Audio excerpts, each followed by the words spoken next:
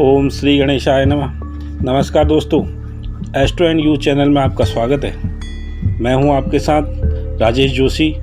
दोस्तों, व्रत त्योहारों की श्रृंखला में आज हम बात करेंगे निर्जला एकादशी के बारे में।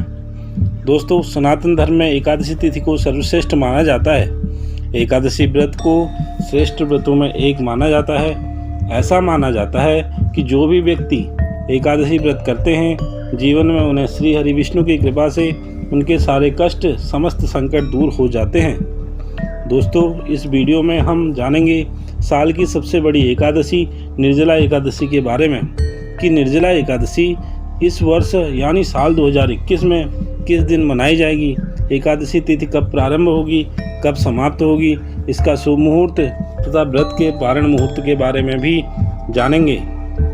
दोस्तों, निर्जला एकादशी व्रत को सबसे कठिन व्रतों में एक माना जाता है, तो आपको इसके सभी नियम जानना भी आवश्यक है कि व्रत की क्या विधि है तथा व्रत के नियम क्या रखने चाहिए तथा श्री हरि विष्णु को क्या भोग अर्पित करना चाहिए और किनकी पूजा आराधना हमें करनी चाहिए, किन मंत्रों का जप करना चाहिए, निर्जला एकादशी की क्या कथा है, हमें क्या सुननी चाहिए और इस दिन हमें क्या दान पुण्य करने चाहिए। ये समस्त जानकारी हम इस वीडियो के माध्यम से जानेंगे। निर्जला एकादशी के दिन हमें एक खास उपाय क्या करना चाहिए, ये सब हम इस वीडियो के माध्यम से जानेंगे। दोस्तों, अगर आप चैनल पर पहली बार आए हैं तो इन समस्त जानकारियों के लिए चैनल को सब्सक्राइब जरूर कर लें। नोटिफिकेशन के लिए बेल आइकन दबाकर ऑल कर लें ताकि हम इस प्रकार की आगामी ज्ञानवर्धक वीडियो जो भी शेयर करें उसका नोटिफिकेशन आपको समय पर मिल जाए। दोस्तों, अब बात करते हैं साल 2021 में आने वाली एकादशी के बारे में। जैसा मैंने आपको पहले बताया कि निर्जला एकादशी व्रत सबसे श्रेष्ठ व्रतों में एक माना जाता है। दोस्तों, जैसा कि आपको ज्ञात ही है कि वर्ष में कुल 24 एकादशी आती हैं तथा अधिक मास आने पर इसकी संख्या 26 हो जाती है। लोग सभी एकादशी का व्रत करते हैं तथा कुछ लोग कुछ चुनिंदा एकादशी का व्रत भी करते हैं।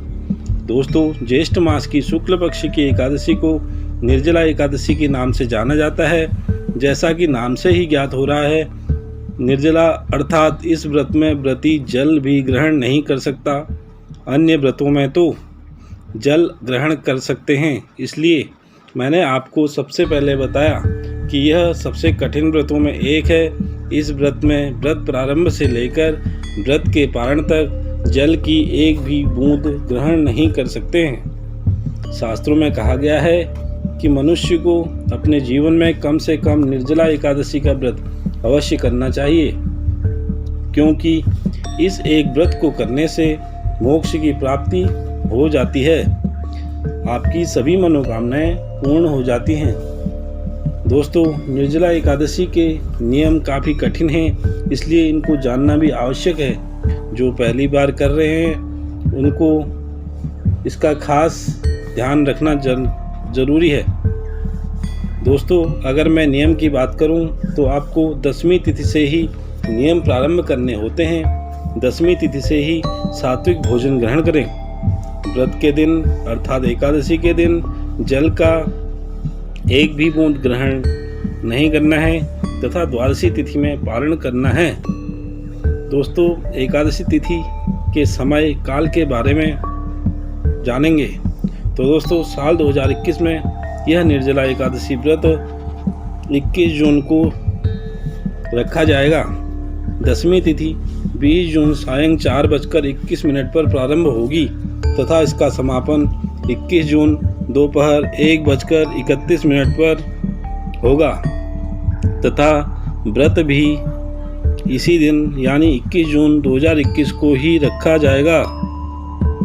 इस प्रकार दोस्तों, ये सारे नियम आपको 10वीं तिथि यानी 20 जून 2021 से ही मानने हैं। 20 जून से ही अगर हो सके तो आप चावल एवं तेल का प्रयोग ना करें तथा शुद्ध सात्विक भोजन कर ब्रह्मचर्य का पालन करना चाहिए। 21 जून 2021 को बिना जल ग्रहण करे आपको व्रत रखना है तथा 22 जून 2021 को आप व्रत का पारण करेंगे। दोस्तों, 22 जून 2021 को पारण मुहूर्त है, वह प्रातः 5:24 से 8:12 तक है। 5:24 से 8:12 तक है। इस समय में आपको व्रत खोल लेना है। दोस्तों, अगर आप किसी भी एकादशी का व्रत नहीं कर पाते हैं तो आप साल में केवल एक निर्जला एकादशी का व्रत अवश्य कर लें। इससे आपको सभी एकादशी के व्रत के बराबर फल की प्राप्ति होती है। दोस्तों, जैसा कि मैंने पहले बताया था कि यह सबसे कठिन व्रतों में एक है, अर्थात यह व्रत मई जून के महीने में आता है। मई जून की गर्मी में बिना जल ग्रहण करे रहना यह काफ़ी कठिन है। इसीलिए इस एक व्रत को कर लेने से मनुष्य को सभी व्रतों के करने के बराबर फल की प्राप्ति हो जाती है। दोस्तों, निर्जला एकादशी पर एक पौराणिक कथा है। जैसा कि बताया जाता है, पांडवों के एक भाई भीमसेन थे जो खाने पीने के काफ़ी शौकीन थे, जो अपनी भूख को काबू नहीं कर पाते थे। इसी कारण से भीम भैया एकादशी व्रत नहीं कर पाते थे। अन्य चारों भाई एवं द्रौपदी जी साल के सभी एकादशी के व्रतों को करते थे। तो ऐसे में भीम भैया अपनी लाचारी एवं परेशानी को लेकर काफ़ी परेशान रहते थे। ऐसे में भीम भैया को लगता था कि वे एकादशी का व्रत न करके भगवान विष्णु का निरादर कर रहे हैं। इस बात को लेकर भीमसेन एक बार महर्षि व्यास के पास गए। तब महर्षि व्यास जी ने उन्हें साल में एक बार निर्जला एकादशी का व्रत करने की सलाह दी। उन्होंने बताया कि ज्येष्ठ मास की एकादशी साल के 24 एकादशी के तुल्य है। इस एक व्रत को करने से तुम्हें सभी एकादशी के व्रतों के तुल्य फल की प्राप्ति होगी। इसीलिए निर्जला एकादशी को भीमसेनी एकादशी या पांडव एकादशी के नाम से भी जाना जाता है। दोस्तों, अब बात करते हैं निर्जला एकादशी व्रत विधि के बारे में। तो दोस्तों, इस दिन प्रातःकाल ब्रह्म मुहूर्त में उठकर नित्य क्रम स्नान आदि से निवृत्त होकर स्वच्छ वस्त्र पहनकर घर के मंदिर में ही भगवान श्री हरि विष्णु तथा माता लक्ष्मी की मूर्ति को एक चौकी पर स्थापित करें, उनका विधिवत पूजन करें तथा भगवान श्री हरि को पंचामृत स्नान एवं शुद्धोजल स्नान के बाद भगवान को धूप दीप नैवेद्य गंध पुष्प अक्षत फल अर्पित करें। भोग के तौर पर इस दिन श्री हरि को आप पीले भोग लगाएं, जैसे कि पीले लड्डू आदि भोग लगा सकते हैं। भगवान श्री हरि को तुलसी दल अवश्य अर्पित करना चाहिए तथा उनके भोग में भी तुलसी अवश्य मिलाएं। कहा जाता है कि भगवान विष्णु बिना तुलसी के भोग ही स्वीकार नहीं करते, तो आप ऐसा जरूर करें।